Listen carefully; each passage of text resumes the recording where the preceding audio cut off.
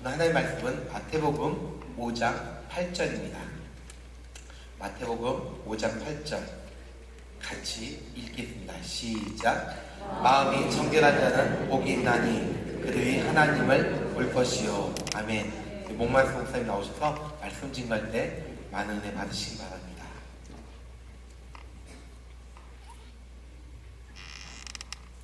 할렐루야. 하나님의 크신 사랑과 축복이 예배에 참석하신 모든 분들께 함께 하시기를 기원합니다. 동양성교회에 가끔 이렇게 설교하러 오면 그 찬양을 예배하고 찬양을 하는데 찬양이 너무 좋은 것 같아요. 제가 무슨 말씀 드리려고 그런 거 아시죠? 그래서 다른 거 다 그만두고 찬양만 한 1시간 이렇게 하고 갔으면 좋겠다. 그런 생각이 듭니다. 그래도 또 설교를 해야겠죠? 30년 전에 그 달에 착륙해서 6시간 달 표면을 산책하고 돌아온 미국의 어윈 대령이 헝가리 어느 대학에서 강연을 했습니다. 어떤 대학생이 소련 우주인들은 달에 어디를 가봐도 하나님을 볼 수 없다고 하는데 선생님은 왜 우주에서 하나님을 보았고 하나님의 영광을 찬양한다고 하십니까? 이렇게 질문하자 어윈 대령이 마음이 청결한 자는 하나님을 볼 수 있습니다. 이렇게 대답을 했습니다. 본문에 기록된 청결은 성경 언어인 헬라어의 카타로스라는 말로서 성결이라는 뜻입니다. LA 동양성교계를 시작하신 고 임동선 목사님께서 웨슬리 신학을 전수한 성결교단의 목회자이셨습니다. 성결교단은 중생, 성결, 치유, 재림 이 네 가지를 아주 가장 중요하게 믿었습니다. 그래서 성결교단을 청결교단이라고 해도 맞는 이야기입니다. 무엇보다 청결은 죄에서 자유함을 얻은 상태를 말합니다. 로마서 3장 23절에 모든 사람이 죄를 범하였음에 하나님의 영광이 이르지 못한다 말씀하셨습니다. 사람이 죄를 범해서 마음이 더러워져서 하나님을 볼 수 없다는 것입니다. 그러나 예수 그리스도를 십자가로 용서받은 성도는 하나님을 볼 수 있습니다. 무신론자에게는 눈에 보이지 않는 하나님을 본다는 것은 얼마나 어리석은 일인지 모릅니다. AD 4세기에 기독교 역사에 극단적인 고행주의가 널리 퍼졌습니다.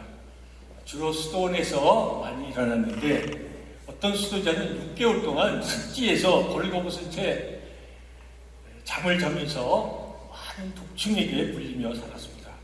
어떤 수도자는 40년 동안 누워 자지 않고 앉아서 잠을 자기로 했습니다. 성케빈이라는 수도자는 7년 동안 서서 살았다고 합니다. 어떤 수도원에서는 규칙을 어기면 피가 날 때까지 채찍질을 했다고 합니다. 하나님을 잘 믿기 위해 경쟁적으로 금욕과 고행을 했습니다. 이런 자신도 모르는 사이에 자기 자랑이 되고 자기 의의를 쌓는 일이 되기도 했습니다. 이런 외형적인 고행을 통해 어느 정도 자신을 절제할 수 있지만 사람 내면 깊숙이 있는 죄의 본능을 해결하고 마음이 청결해져 하나님을 볼 수 있는 사람은 아무도 없습니다. 그래서 예수님께서 바리새인들에게 회칠한 무덤 같으니 겉으로는 아름답게 보이나 그 안에는 죽은 사람의 뼈와 모든 더러운 것이 가득하도다. 이와 같이 너희도 겉으로 사람에게 옳게 보이되 마음속에는 외식과 불법, 즉 탐욕, 정욕, 자랑, 교만, 거짓이 가득하다고 책망하셨습니다. 하나님은 사람을 외모로 보지 않고 중심으로 보시는데 바리새인들과 서기관들은 사람들의 칭찬을 더 중요하게 생각했습니다. 지금도 마찬가지입니다. 사람들에게 칭찬받는 일이 하나님께 칭찬받는 것보다 더 중요하다고 생각하면 하나님을 절대로 제대로 볼 수 없습니다. 청결한 마음은 외형적인 노력으로 이루어지는 것이 아니라 주님께서 십자가에 흘리신 피로 죄가 깨끗하게 씻어진 마음을 말합니다. 예수님께서 니고데모에게 사람이 거듭나지 아니하면 하나님의 나라를 볼 수 없다고 말씀하신 것도 이런 맥락에서 말씀하신 것입니다. 요한복음 16장 8절에 성령께서 오셔서 죄에 대하여, 의에 대하여, 심판에 대하여 세상을 책망하시리라 말씀하셨습니다. 마음이 청결한 자는 성령으로 인하여 영적인 거듭난 사람을 말합니다. 이를 중생이라고 합니다. 그리고 성령께서 중생한 성도들을 날마다 성화, 즉 하나님의 성품을 닮아가도록 인도하십니다. 성령의 역사는 눈에 보이지 않지만 하나님의 신비로운 역사이며 인격적인 변화이며 능력 있는 역사이기 때문에 성령의 역사를 경험하는 성도는 계속 변화하게 됩니다. 그 변화는 본인은 물론 그 주위 사람도 깨닫고 알 수 있습니다. 교회를 다니면서 오랜 기간, 10년 혹은 20년이 지나도 조금 더 변하지 않은 사람도 있습니다. 심지어는 성령의 역사가 무엇인지도 모르고 열심히 봉사하는 안타까운 일도 있습니다. 우리 안에 계신 성령님께서 우리가 어디서 무엇을 하든지 우리에게 말씀해 주시고 우리의 죄를 깨끗게 해주시는 사역을 계속 하시고 계십니다. 주님의 피로 우리를 계속 날마다 정결케 해주십니다. 예배 시간 어디서 어디든지는 물론 이 예배 시간에도 성령께서 우리를 개인적으로 각자에게 구체적으로 말씀해 주시기를 바랍니다. 둘째로 청결은 정지가 잘 된 좋은 나무를 말합니다. 과실을 맺는 나무가 더 많은 과실을 맺기 위해 정지 작업을 합니다. 가지치기를 하는 것입니다. 성도가 죄를 지으면서 봉사해도 어느 정도 열매를 맺습니다. 그러나 그 열매가 하나님께 그리 향기롭지는 못합니다. 좋은 열매, 많은 열매를 맺으려면 가지치기를 잘 해야 합니다. 믿음 생활에 방해된 것은 좀 과감하게 잘라버려야 합니다. 때로는 죄는 아니지만 영적 생활에 주님을 섬기는 데 유익하지 못한 것도 있습니다. 고린도전서 10장 23절에 모든 것이 가하나 모든 것이 유익한 것은 아니요 모든 것이 가하나 모든 것이 덕을 세운 것은 아니라고 말씀하셨습니다. 그래서 불필요한 모든 것을 벗어버리고 오직 하나님께 집중하고 살아야 성령의 아름다운 열매를 맺을 수 있습니다. 최근에 한국에서 제가 저와 교제하는 이창규 목사님네가 쌍파에 오셔서 저기 마나우스 또 저기 히오디 자네이로 또 저기 포스 유가스 북부 네 군데를 한 보름의 먼 여행을 했습니다. 여행을 하다가 이 목사님 핸드폰을 끼웠는데 한국에서 성도들이 전화를 하겠죠. 가끔 궁금해서 였는데 왼쪽 그 핸드폰 거기에 뭐라고 써있는 24시간 오직 성령님만 의지하고 산다 그렇게 써있더라고요. 뭐 그럴 수 있죠. 그렇게 쓸 수 있죠. 그래서 제가 그냥 맨 처음에 무심코 봤습니다. 그렇게 그러시구나. 그렇게 살려고 애쓰시나 보다 그랬는데 우리가 여행을 간 겁니다. 보름 동안에. 그러니까 뭐 그동안에 예배를 2번 드렸어요, 같이. 나머지는 다 식사하고 예수님 장그 꽃밭가루 보고 그 해변가 보고 뭐 COD 자리에 노을가 보고 폭포 보고 다 그런 거예요. 교제한 겁니다. 그런데 이 목사님 대회를 보니까요, 우리가 교회 안에서 목회자가 오로지 주님만 사랑한다. 그거는 뭐 그렇게 어려운 일 아니에요. 그런데 여행 중에 이분들을 보니까, 야, 이분들은 정말 전심을 다해서 오직 주님만을 사랑하는구나. 연배는 저보다 한 4, 5년 후배인데 제가 여행하면서 이렇게 틈틈이 도전을 많이 받았어요. 난 이분들처럼 이렇게 오직 주님만 사랑하나? 제가 그런 생각이 틈틈이 들었습니다. 그렇다고 제가 막 엉터리 산다는 건 아니에요. 저도 뭐 부족하지만 노력을 하는데, 야, 참 이렇게 전심으로 주님만을, 이게 몸에 뱄어야지, 몸에. 그러니까 목회자가 이렇게 전심으로 주님을 사랑하니까 그 교인들도 그냥 알게 모르게 따라오는 것 같아요. 그래서 교회에 목회자가 같이 여행하면 무슨 얘기 이렇게 하겠어요? 교회 얘기를 많이 하거든요. 그 자기가 봉사한 기쁜 교회 얘기를 이렇게 그냥 틈틈이 하는데, 교인들이 자꾸 그 교회가 서울 양재동에 있는데 자꾸 교회 근처로 이사 오는 거예요. 왜 가까이 이사 오죠? 주님을 더 잘 섬기기 위해서, 교회를 더 잘 섬기기 위해서. 근데 그 중에는 이사 오려면 어떤 때는 집을 팔아야 되잖아. 아파트를 팔아야 되는데, 하다 보면 그 몇 성도들은요, 다는 아니고 몇 성도들은 몇 천만 원을 손해보고 이사를 왔대요. 그때 이사 올 때 양재 아파트 값이 한 5억 정도 했답니다. 4, 5억.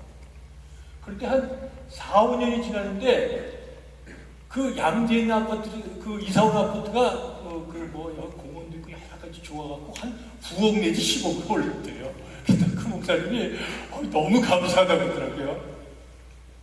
이런 이사 문제 아니라 또 교회를 전심으로 섬기니까 보통 새벽기도 한 10% 정도 교회 나오는데 자기 교회들은 50% 이상 새벽기도 나온대요. 6월에 이제 집중 기도 모임을 하는데 자기 교회들은 2-3시간 기도하는 건 쉽게 안 돼요. 하도 교회에서 열심히 기도해서. 그래서 6월에 기도를 한다고 매년 6월에 집중 기도를 하는데, 성도들이 여기 지금 목사님은 여기 두 분이 여행 왔는데 목사님, 사모님 6월 기도 모임이 기다려져요. 그렇게 큰 둘이 왔다고. 참, 제가 참 저 자신을 좀 많이 교제하면서 저 자신을 저희 집사람들하고 같이 좀 많이 돌아봤습니다. 출애굽기 39장 30절에 이런 말씀이 있습니다. 정금으로 거룩한 배를 만들고 인을 새김과 같이 그 위에 여호와께 성결, 아까 청결, 성결 다 같은 말씀이죠. 여호와께 성결이라 이렇게 새기라고 이렇게 띠를 제사장들이 띠를 띄우라는 뜻이에요. 만들는 거예요. 그래서 저도 사실은 이 말씀을 듣고 보고 우리 모든 한국교회 성도들이 여기다가 여호와께 성결을 끼고 다니면 어떨까 이런 생각도 무듯한 적이 있었는데 실행은 못했어요. 그런데 한국의 땅끝교회라는 교회에서 역당 안 하고 신년에 매년 1월 1일에 신년 예배 드리면서 이제 예배를 드리고 나서 다 강단에 나와서 이게 가죽으로 만든 그 예쁜 팔찌를 만들어 갖고 한국어 시간에 나와갖고 하나씩 받는 거예요. 여호와께 성결.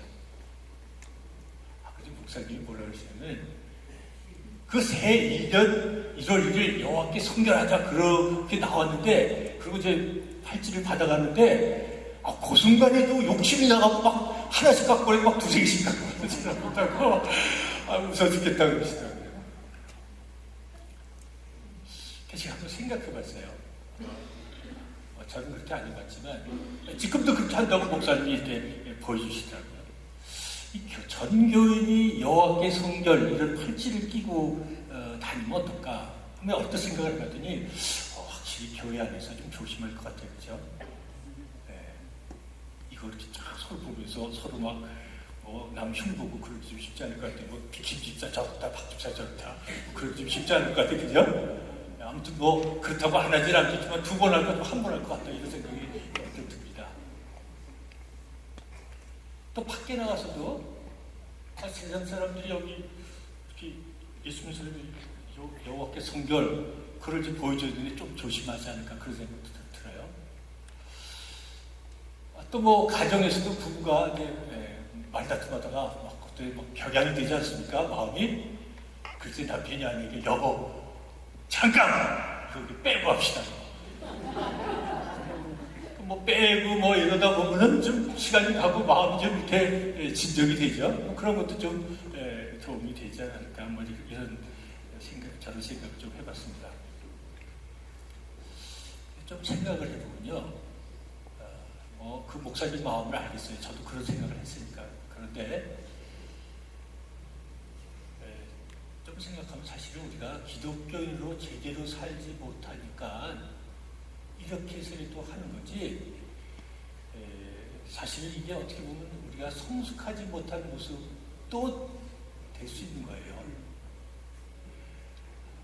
빌립보서 1장 8절에 내가 예수 그리스도의 심장으로 너희 무리를 어떻게 사모하는지 하나님이 내 증인이시라 했습니다. 고린도후서 5장 14절에 그리스도의 사랑이 우리를 강권한다고 했습니다. 가장 좋은 방법은 사도 바울 선생님처럼 우리 안에 영원히 확실하게 각인되어 있는 예수 그리스도의 심장, 우리를 강건케 하시는 그리스도의 사랑, 우리를 위하여 십자가에 흘리신 하나님의 영원한 사랑, 희생적인 사랑, 이 사랑이 우리의 모든 삶 가운데 하나님과 자연스럽게 흘러나와서 하나님과 이웃을 섬겼으면 좋겠습니다. 우리 삶 가운데 청결해야 될 것 가운데 중요한 것이 또 하나 있는데 우리의 언어예요. 말. 야고보서 1장 2절에 우리가 다 실수가 많으니 만일 말에 실수가 없으면 곧 온전한 사람이라 했습니다. 저도 조심을 해도 참 자주는 아니어도 가끔 이렇게 말을 하고 후회할 적이 있습니다. 말을 잘못해서 할 수만 있다면 우리가 원망하고 불평하고 비방하는 말 이런 말을 하면요 성도 자신도 그렇지만 듣는 사람도 영적으로 아주 해가 됩니다. 그래서 할 수만 있다면 우리가 믿음의 말, 긍정적인 말, 위로의 말 이런 말을 그냥 좀 습관이 돼야 돼요. 부정적인 말 하는 사람들이라 보면은 좀 습관성인 것 같아요. 긍정적인 사람도 가끔 부정적인 말 할 때가 있어요.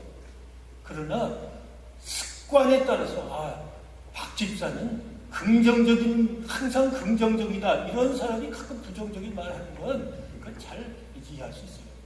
그러니까 항상 부정적인 건 그건 좀 생각을 해봐야 되지 않을까 생각합니다.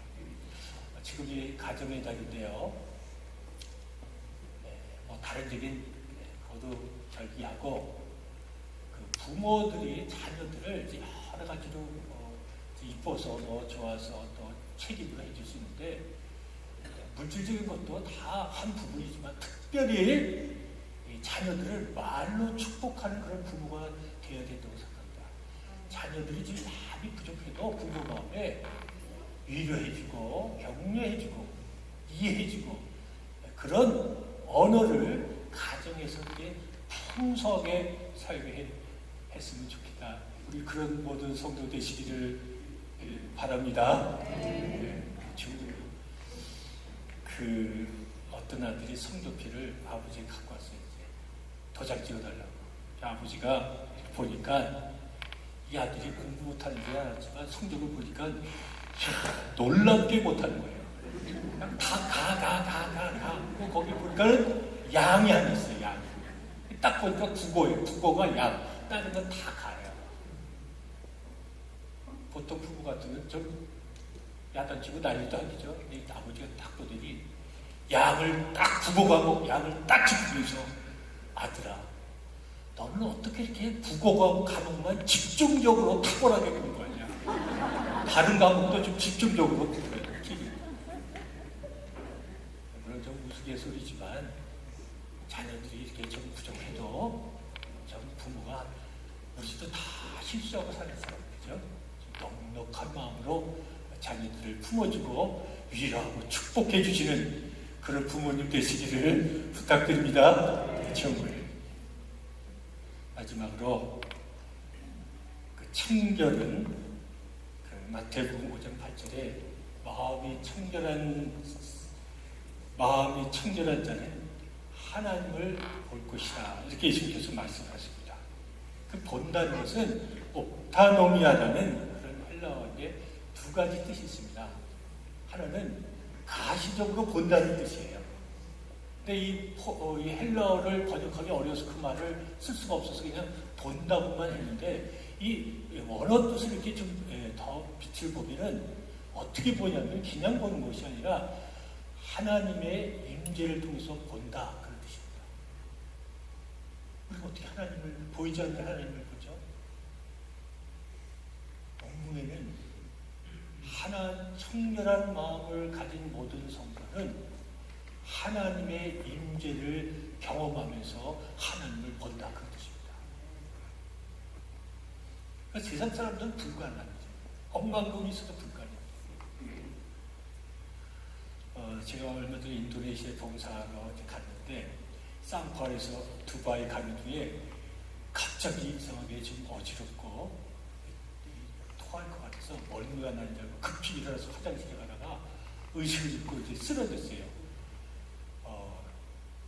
의식을 회복해 얼마 지나지 모르겠고 하여간 얼마 지났겠죠. 깨보니까 산소 마스크를 쓰고 난리가 났고 보니까 비상구 옆에 쓰러져 있더라고요. 아무튼 얼마 후에 안정을 찾고 이제 무사히 인도네시아에 갔습니다. 도착했습니다. 근데 인도네시아 도착하니까는 마음이 좀 염려가 되더라고요. 야, 또 돌아갈 때 이런 일이 생기면 또 어떡할까? 자꾸 진도가 나가는 거예요. 이제 나는 이제 더 하나님 앞에 봉사 못하는 거 아니야? 이런 생각까지 막 시나리오를 이제 열심히 썼습니다. 두려움과 무력감이 이제 이렇게 머무스게 왔습니다. 그 같이 봉사하는 그 사람들에게 부질없는 염려가 될 것 같아서 제가 제 얘기를 안 했습니다. 그리고 이제 그날 같이 점심을 하는데 이상하게 그날은 분위기가 이상해요. 다 그 봉사자들이 그래도 뭐 40대, 50대, 60대인데 대화 내용을 보는데 무슨 뭐 청년들이 모인 것처럼 중고등학생이 모인 것처럼 너무 별것도 아닌 일로 뭐가 이렇게 재밌고 그래서 웃고 재밌는 즐거운 시간을 이렇게 한 2시간 정도 보내고 숙소에 갔는데 아무도 모르지만 기도한 것도 아니고 그 시간에 말씀을 묵상한 것도 아닌데 막 즐겁게 하하호호 하고 막 즐겁게 웃는 그 시간에 저도 모르게 성령께서 제 마음속에 찾아와 주셨습니다. 그리고 제 마음의 모든 염려와 근심과 두려움과 우울함과 무력감을 그냥 안개로 거치듯 좀 거쳐가졌어요. 참 힘들어온 일이죠. 이것은 뭐 제 얘기를 하려는 건 아니고 우리 모든 성도들에게 똑같이 일어날 수 있는 일이라는 것을 말씀드리기 위해서 하는 겁니다.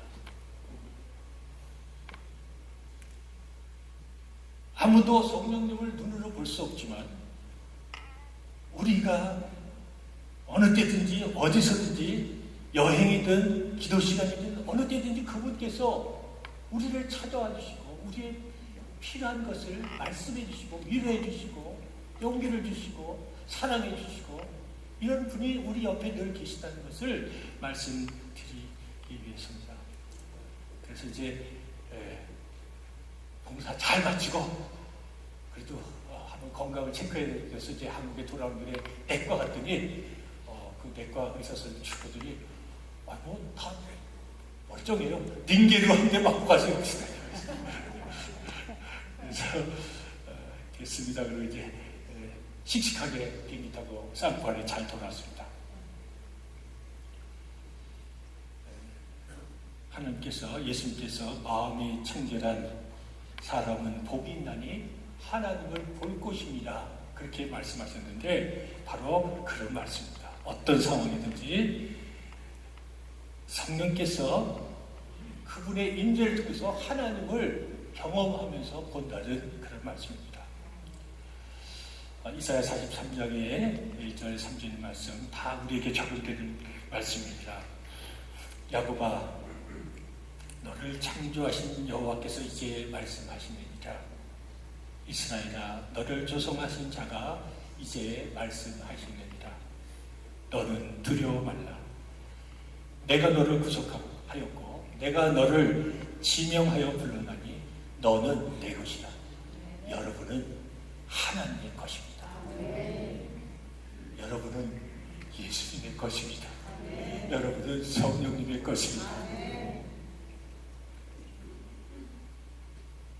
네가 물 가운데 지날 때 내가 함께할 것이다. 강을 건널 때 물이 너를 침몰지 못할 것이며 네가 불 가운데 행하여 타지도 않을 것이요 불꽃이 너를 사르지도 못할 것이다. 이렇게 말씀하셨습니다. 제가 이 말씀 묵상하면서 저 자신이 한번 적용해봤어요. 최근에 일어난 일. 한마디로 네가 비행기를 탈 때도 기절하지 않을 것이며 한번 해봤습니다. 그런 일이 다시 일어나지 않겠지만 일어날지라도 두렵지 않습니다. 왜냐하면 말씀에 하나님은 여호와 네 하나님이여 이스라엘의 거룩한 자여 네 구원자심이라 이렇게 말씀을 하시게 됩니다. 고린도전서 13장 10절에 우리가 이제는 거울같이 희미하게 거울로 보는 것 같이 희미하나 그때는 얼굴을 대하여 볼 것이요 이제는 내가 부분적으로 아나 그때는 주께서 나를 아신 것 같이 내가 온전히 알리라 그렇게 말씀하십니다. 사도벌같이 위대한 사도도 때로는 하나님을 보는 것이 희미할 때가 있다고 했습니다. 우리는 아무도 하나님을 완벽하게 볼 수도 그 크신 사랑을 다 경험할 수도 없습니다. 그러나 분명한 것은 성령께서 날마다 우리에게 말씀해 주시고 우리를 청결케 해주시기 때문에 하나님을 점점 더 분명하게 볼 수 있는 것입니다. 사도바울의 고백처럼 그때 우리도 모두 주께서 나를 아신 것 같이 우리도 주님을 온전히 보고 알 것입니다. 청결한 마음으로 날마다 하나님을 바라보며 승리하시는 성도님 되시기를 주님의 이름으로 축복합니다. 기도하시겠습니다.